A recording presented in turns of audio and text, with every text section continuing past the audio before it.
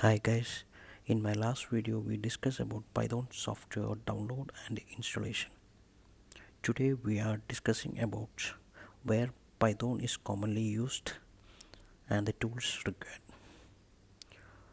Python is commonly used in web development, scientific and mathematical computing, machine learning and data mining, finance like stock markets, computer graphics, system automation and administration, security and penetration testing, etc.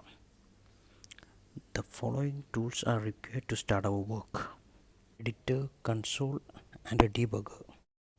An editor which will support you in writing the code. By using a console, you can launch your newly written code.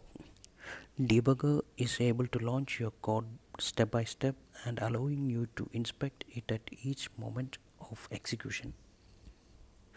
By using the software we installed before, I will explain you editor, console and debugger tools.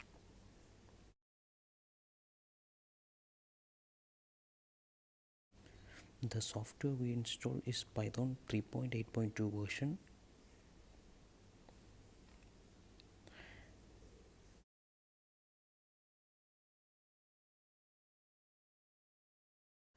This window is editor window.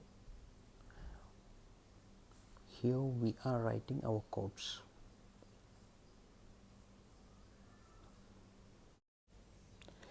And this window is console window. Here we are launching our newly written codes.